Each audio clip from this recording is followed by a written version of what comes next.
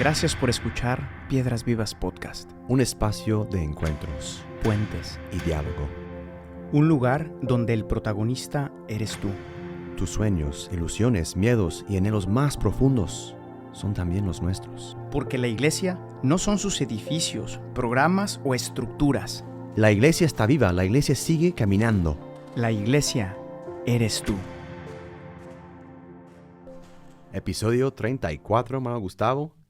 Y entramos en un nuevo campo. Sí. Bienvenidos a todos ustedes, obviamente. A tu como podcast siempre, favorito. A tu podcast favorito. La iglesia eres tú. Porque esperan sus programas, edificios y estructuras. Es que escuchar todos los días la introducción Sí. te hace que te la Lo aprendas vas a de memoria. soñar en la noche, sí. Yo supongo que todos ustedes la adelantan, entonces no tienen que sufrir esto, pero nosotros Nosotros sí, todos los la días. escuchamos todos los días al preparar. Bueno, cambiamos de contexto. Yo nomás doy una introducción rápida porque este episodio realmente lo preparó todo John. Es un episodio que a él le encanta. Está muy bueno. Entonces yo creo que voy a pasar callado la mayor parte del episodio. No, hombre. Pero, no, hombre. pero hago una introducción breve. Damos un giro histórico. Es Yes. decir, estamos en el periodo de Reyes. Vimos la corrupción de Salomón y esto tiene una consecuencia muy grande también a nivel de estructuras. Esa corrupción del corazón genera una corrupción de estructuras. Sí. Los reinos se dividen y eso hace que la corrupción se extienda justamente a todo el pueblo, ¿no? Y esto hace que clamen al Señor y el Señor suscite profetas. Entonces entramos ya en la época de los profetas y cómo Dios suscita personas particulares para llevar a cabo otra vez ese proceso, esa obra de redención que Él soñó desde el inicio. Siempre volver al jardín, ¿no? Exacto, sí. Un jardín mejor. Entonces, Vamos allá a introducir el tema de Eliseo, dos personajes, como Gus escribió en sus apuntes, ¿no? Un héroe y un villano, ¿no? Eliseo y Acab, ¿no? tremendo este Acab. Acabó con él. ¿Acabó con él? Acabó con él. ¿Dejarán o no dejarán? ¿Qué era Acab? ¿Un rey? ¿Un sacerdote? Un rey. Ahí está. Un rey, vamos a ver ahorita. Acab. la ¿Acabaron con él? Acabaron con él. Cuéntanos. La corrupción, como un cáncer, va esparciéndose en todos los aspectos de la vida del pueblo de Israel. Llega el momento de metástasis. Un fuerte momento cuando, híjoles, cuánto la noticia de una metástasis. Porque la corrupción de un corazón hace metástasis en la sociedad. Exacto. Y esta metástasis, ¿no? División del reino, idolatría, injusticias e infidelidad. Se divide el reino de Israel en dos: pueblo contra pueblo, hermano contra hermano, Caín contra Abel, y siempre, en fondo, hay un corazón dividido que nunca ha sido capaz de escoger completamente a Dios. Pero Dios siempre, como Gus dijiste muy bien al inicio, Dios va suscitando profetas para llamar de nuevo a su pueblo.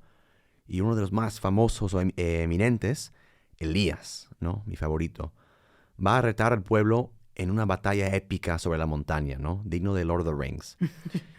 Entre fuego, agua y cuchillos, el Señor declara: yo soy tu Dios. Pero tú, hijo mío, ¿quién es tu Dios? ¿Vamos a hablar de Elías o de Eliseo? Eliseo sigue ahorita. Hay Elías y Eliseo es el siguiente. ¿Pero quién es? Elías. Ah, es que aquí en el título. Ups. Ya decía yo. Ya decía yo, Eliseo es un estudiante de Elías. Eliseo es el sucesor. Claro. My bad. Ya decía yo. Elías y Acab. Es como... Este Elías es uno de los grandes. Elías Es el padre de los profetas. Es un grande. Es el que se aparece en la transfiguración. Exacto. Elías y Moisés. Ujú. Bueno. Vamos a leer el texto Vamos al bíblico. texto porque hay mucho que decir. Primero Reyes 18, 21 a 24 y luego 30 a 39. Elías se presentó ante el pueblo y dijo: ¿hasta cuándo van a seguir indecisos? Si el Dios verdadero es el Señor, deben seguirlo. Pero si es Baal, síganlo a él. El pueblo no dijo una sola palabra. Entonces Elías añadió: yo soy el único que ha quedado de los profetas del Señor. En cambio, Baal cuenta con 450 profetas. Tráiganos 2 bueyes, que escojan ellos uno, lo descuarticen y pongan los pedazos sobre la leña, pero sin prenderle fuego. Yo prepararé el otro buey y lo pondré sobre la leña, pero tampoco le prenderé fuego. Entonces invocarán ellos el nombre de su Dios, y yo invocaré el nombre del Señor. El que responda con fuego, ese es el Dios verdadero. Y todo el pueblo estuvo de acuerdo. Entonces Elías le dijo a la gente, acérquense. Así lo hicieron. Como habían dejado en ruinas el altar del Señor, Elías lo reparó. Luego recogió 12 piedras, una por cada tribu descendiente de Jacob, a quien el Señor le había puesto por nombre Israel. Con las piedras construyó un altar en honor del Señor, y alrededor cavó una zanja en que cabían 15 litros de cereal. Colocó la leña, descuartizó el buey, puso los pedazos sobre la leña y dijo, llenen de agua 4 cántaros y vacíenlos sobre el holocausto y la leña. Luego dijo, vuelvan a hacerlo, y así lo hicieron. Háganlo una vez más, les ordenó. Y por tercera vez vaciaron los cántaros. El agua corría alrededor del altar hasta llenar la zanja. A la hora del sacrificio vespertino, el profeta Elías dio un paso adelante y oró así, Señor Dios de Abraham, de Isaac y de Israel, que todos sepan hoy que tú eres Dios en Israel, y que yo soy tu siervo y he hecho todo esto en obediencia a tu palabra. Respóndeme, Señor, respóndeme, para que esta gente reconozca que tú, Señor, eres Dios y que estás convirtiéndoles el corazón a ti. En ese momento cayó el fuego del Señor y quemó el holocausto, la leña, las piedras y el suelo, y hasta lamió el agua de la zanja. Cuando vieron esto, todos se postraron y exclamaron, el Señor es Dios, el Señor es Dios. The word of the Lord, my brother. Powerful, my brother. With the sound of thunder, shout amen. Ahí está, ya si no crees. ¿Quién es Dios? A ver quién es el guapo que no cree. Ahora sí. Ya quemó todo. Ya bien que se postraron delante de Dios, el único en Israel. Cuéntanos porque aquí hay mucho que reflexionar. Sí, vamos a dividir en 3 puntos. El primer punto será el reino, un reino dividido. Quisiéramos darles un poquito de contexto, cómo llegamos a este momento, a esta batalla en Carmel. El segundo punto va a ser sobre más personal, tu corazón dividido, el corazón dividido del pueblo de Israel. Y por último vamos a llegar a la elección, ¿no? Escoger al único Dios, que es mi Dios. Entramos de lleno en este contexto histórico. Gus, dijiste muy bien que llegamos a un momento donde empieza como, por así decir, parecen muchas grietas en la configuración política de este reino, ¿no? El pecado y la corrupción tienen sus repercusiones fuertes y dañinas en el reino de que David y Salomón extendieron con tanto trabajo. Tristemente, Salomón muere como un tirano, consumido por su búsqueda sin frenos del poder, el placer y la gloria humana. Y ahora su corazón, leemos al final de su vida ya viejo, cae en una folía absoluta, ¿no? Como quieres todavía seguir acumulando más bienes, construyendo proyectos enormes, y hace a la gente de Israel, los hace hacer trabajos. Los esclaviza. Trabajos forzados. Como faraón. Como el faraón de Egipto, ¿no? Y esta presión destroza la unidad de las 12 tribus de Israel. 10 de estas 12 tribus se separan y forman lo que se llamará el reino del norte, ¿no? Lo que es básicamente hoy en día hacia el norte de Jerusalén. Y muchas veces en la Biblia se refiere a este reino del norte simplemente como Israel. Mientras las 2 tribus de Judá y Leví, el linaje de sacerdotal y real, forman lo que se llama el reino del sur, alrededor de la ciudad de Jerusalén. Y esta herida del pecado llega a las entrañas del pueblo. Las mismas estructuras están corruptas y solo un nuevo rey podrá sanarlas, ¿no? Y lo que Gus dijiste súper bien en el episodio anterior, ¿no? Esta apostasía, esta corrupción, esta apartarse totalmente de Dios, ya va mucho más allá de una mera infidelidad, ¿no? Es casi, está sistémica casi. Tengan presente toda esta división de los 2 reinos, sobre todo cuando lleguemos también al Nuevo Testamento, porque esta división va a tener repercusiones importantes también en el modo en que Jesús hace su ministerio, ¿no?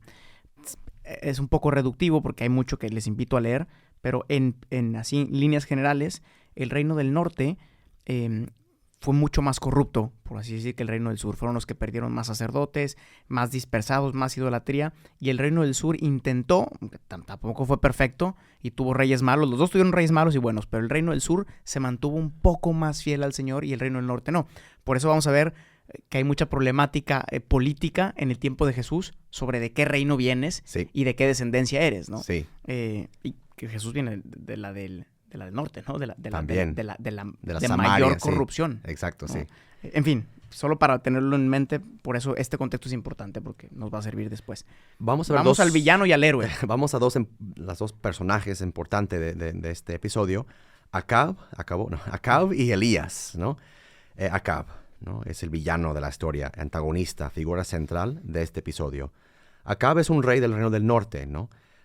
Y vemos su disposición cuando toma una esposa, a Jezabel, ¿no? Me acuerdo de niño, teníamos... ¿Una amiga Jezabel? No, tenemos a, no me acuerdo, Madame Benzi, que era nuestro profesor de francés, ¿no?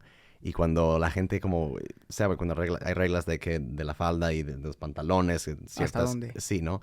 Y cuando alguien no tenía las medidas correctas, ella decía, Jezabel. Sí. Entonces este nombre está como clavado. Jezabel. Pues bueno. Ulala madame. Oh, la madame. Era muy buena persona, pero segundo, sí. Jezabel, ¿no? Que es la hija de Ethbal, ¿no? Que es un rey de Sidón, no de Israel. Un extranjero, otra vez. Ahí está otra vez. Entonces ya vemos en el mismo nombre de este rey, de Ethbal, este nombre de este Baal, ¿no? Vamos a verlo mucho en estos momentos de profetas, ¿no? Y vemos de nuevo esta identidad corrupta en su mismo nombre, ¿no? Identidad dedicada a un ídolo, ¿no? Y aunque Acab tiene el título de rey, en realidad Jezabel es la ama de casa. Es la que maneja todo por detrás. Exacto. Como tantos. Como muchas. Se las dan de muy acá. ¿Sí o no? Pero la que maneja todo es la reina. Sí. Jezabel. Jezabel. Y ella empieza a construir templos para el culto de Baal. Que Baal no solo es dios de fertilidad, pero también lo invocaron para que cayera la lluvia, que va a ser muy significativo para esa historia, como habrán oído en el pasaje. Vemos como el reino del norte va a producir pocos reyes buenos, como dijiste, Gus. Y a raíz de esto es un sistema que ignora la ley, ¿no? El Torah, que, por ejemplo, Acab toma como esposa a una mujer extranjera. En cambio, tenemos Elías, grande Elías. El héroe. El héroe de la historia, ¿no? En estos tiempos de confusión y corrupción, Dios de nuevo no deja a su pueblo abandonado. Dios manda profetas y ellos toman un rol importante, porque son esta voz que llama al pueblo otra vez a la alianza. Y a veces sus mensajes, ahorita estamos en clases de profetas con don Pedro Mendoza. Ya veremos. Son tremendos. Sus mensajes son completamente apocalípticos, ¿no? O sea, nadie se salva. No, parejos, agarran parejos. Todos, ¿no? Pero esos mensajes también a su vez son exámenes de conciencias para que justo el Hijo regresa al Padre. Elías, su mismo nombre Elías, el Señor es mi Dios. Es uno de los profetas que con corazón puro trata de sanar las estructuras políticas y religiosas, con una vida totalmente dedicada a Dios que lo llamó. A mí me sorprende cómo en la Biblia, pero en la historia también de la iglesia después, cuando la estructura ha llegado a tal nivel de corrupción, a veces esperamos que la misma estructura se corrija a sí misma, ¿no? ¿Cuándo va a cambiar la iglesia? ¿Cuándo van a hacer algo? ¿Quién? No, en la historia ha habido siempre necesidad de personas concretas, de profetas que tienen su corazón puesto en el Señor y que desde abajo y desde dentro, porque no lo hacen fuera de la iglesia, los grandes profetas y los grandes santos, Francisco de Asís y tantos, Elías, son gente que desde abajo, pero desde adentro, Yes. con un corazón en el Señor, van cambiando las estructuras, pero a nivel personal. Qué fácil es echarle la culpa a la estructura. Exacto, Y porque qué difícil es cambiar tu vida. tantas veces quisiéramos que el cambio viniera desde arriba. Not always, my brother.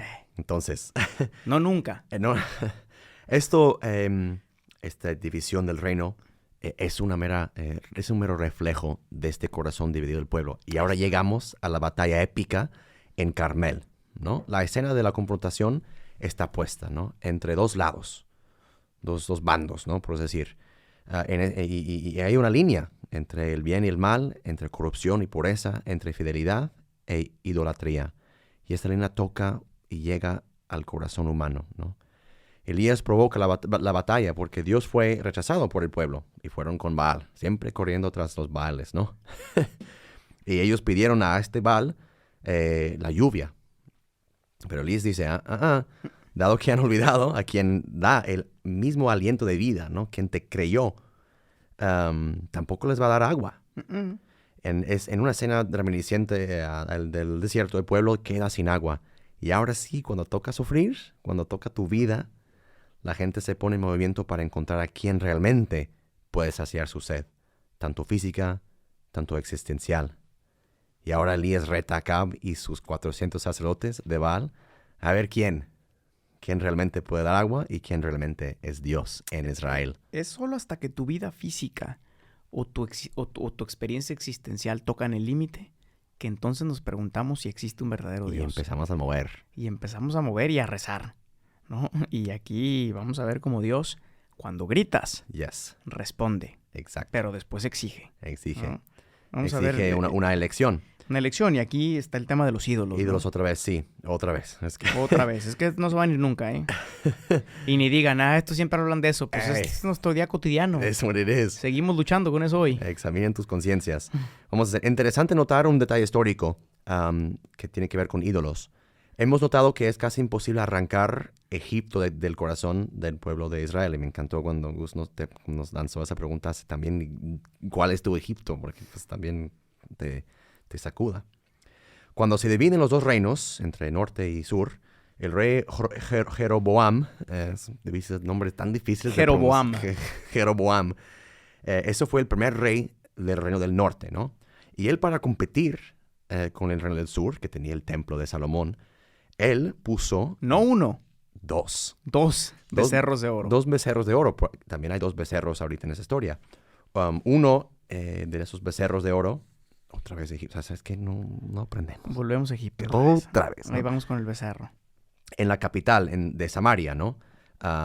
Y otro en Betel, que estaba unos 50 kilómetros hacia el este de Samaria. Y él, en el texto dice, este es el Dios quien te sacó de Egipto. O sea, textualmente lo que dijo Aarón en el desierto. O sea, ahí está. Palabra por palabra. Otra vez están de vuelta a Egipto. Y ahora Elías les pregunta, ¿hasta cuándo van a seguir indecisos? Una pregunta que nos interpela también a nosotros. ¿Cuánto tiempo vas a quedar sirviendo a 2 maestros en tu vida? ¿Y cuánto tiempo vas a caminar por el desierto sin agua? ¿Hasta cuándo? ¿Hasta cuándo, Señor? Llegamos ya al momento de la lección, dramático en la cena, como lo describe la Biblia. ¿Cuál es tu respuesta? O sea, Elías dice, a ver, señores, ¿dónde? ¿Vamos a la América o a los Chivas? Y todos dijeron... ¡Chivas! Todos dijeron a la América, pero el Señor los quemó. Y prendió fuego sobre el altar del rebaño sagrado. Para quien no es de México, son dos equipos que... yo también como extranjero yo no entendía esta rivalidad. Pero las Chivas es el mejor. Yes, exacto. El punto es, ¿cuál es tu respuesta? El tema de una respuesta que Elías exige al pueblo y Dios en última instancia exige de ti es central en esa historia, ¿no? La historia de tu historia.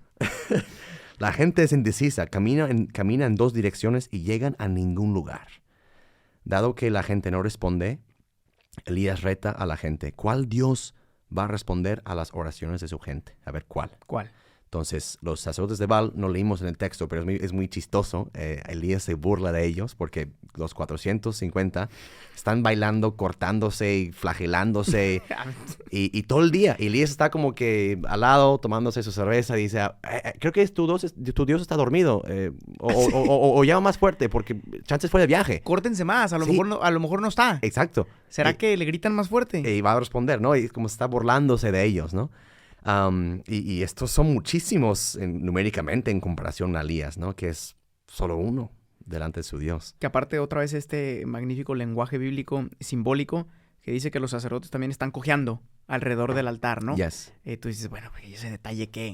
Si ya dijiste que se están cortando y que, o sea, ¿cómo lo ridiculizas más? Bueno, es que el hecho de que estén cojeando todos los sacerdotes, es un símbolo de que Israel no puede caminar recto por todos los dioses a los que sirve, ¿no? Todo es simbólico. Yes. Impresionante, ¿no? Y no reciben ninguna respuesta. Y no pasa nada. Rezan, se cortan, hacen novenas. Que estaba pensando lo que dijiste en el becerro de oro, este capítulo 22, que tu ídolo no te va a contestar, no te va a dar respuesta, jamás. Ansi, es más, te va a exigir Yes. sacrificio. Ahí están estos cortándose. Yes. En contraste a Elías, ¿no? Otra vez su nombre, el Señor es mi Dios. Es la identidad que tiene, esa convicción profunda en su corazón. El Señor es mi Dios. Él solo necesita al Señor. Él construye un altar compuesto de 12 piedras, recordando al pueblo su identidad. Hey, cuando cruzaron el Jordán, ¿qué hizo Josué? Construyó un altar de 12 piedras, ¿no? Que cada uno sacó del río y la cargó. Piedras vivas. Piedras vivas. Siempre hemos dicho esto. Dice, ya lo veníamos manejando. Oh my gosh. 12 piedras vivas. Pero se les olvidó. Sí. Y como es lo que, recordando su identidad, como deben ser, y que antes de ese sacrificio, obviamente tuvo que recoger esas piedras, los volvió a juntar, estaban desgregados. A ver, mi misión profética también implica volverlos a unir, ¿no? Como el papá. Y en un momento cargado de emoción, todo el pueblo queda como en silencio, un respiro como que, ¿qué va a pasar, no? Y mientras el líder prepara un sacrificio imposible. Es interesante Aparte le echa agua.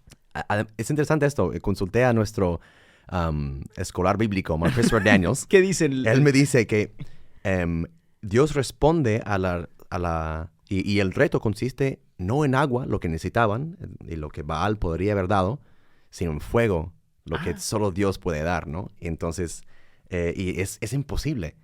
Y lo hace más imposible. El hecho que ponen agua. Agua, sí. Todos sabemos en los Boy Scouts que no se puede prender leña mojada. Es imposible. Pues el señor prendió la leña, las piedras, el piso, el becerro. El agua. No quedó nada. No quedó nada. Que es interesante eso también. Esta zarza ardiente, ¿no? Que me encanta esa imagen de Moisés en el desierto que se encuentra, esta manifestación, esta revelación de Dios.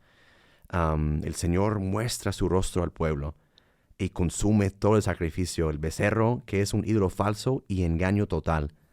Y con su presencia devoradora se manifiesta a su pueblo y les lanza la pregunta silenciosa, ¿quién como Dios? Yo soy el Señor, el Dios de tus padres Abraham, Isaac e Israel. ¿Quién como Dios? ¿Quién como Dios? Nadie como Dios. Nadie como Dios. Amen, my brother. Entonces vamos concluyendo ya con este episodio. Les invito hondamente a meditarlo en tu vida porque sumamente aplica esa decisión entre tus 450 sacerdotes que te ayudan en el culto diario a tus ídolos o el único Dios. Esta historia nos reta y en tu vida llegará un momento donde los dos maestros en tu vida van a competir. ¿Tus dioses realmente te han contestado? ¿Han respondido a tus deseos más profundos? ¿Han satisfecho tu sed de amor y comunión? ¿O te han dejado solo deseosos por más, pero siempre más vacío? Porque más amor que echas en un vaso nunca se llenará si hay grietas en el fondo. Pida a Dios que se manifieste claramente en tu vida hoy y elimina a estos sacerdotes de Baal en tu vida. Amen, my brother. My brother in Christ, the Lord Jesus. Muchas gracias por acompañarnos. Ahí está. Nos vemos en el siguiente episodio. Seguimos con los profetas. Que tengan un excelente día. Until next episode. Chao, chao. Chao. Gracias por escuchar este episodio. Piedras Vivas es una comunidad de personas que ha descubierto su identidad de hijos y que responde con libertad y frescura a la misión que Jesús confió a su iglesia. La iglesia no son sus edificios. La iglesia eres tú. Para más experiencias y contenido, síguenos en nuestras redes sociales y en la página oficial de Piedras Vivas.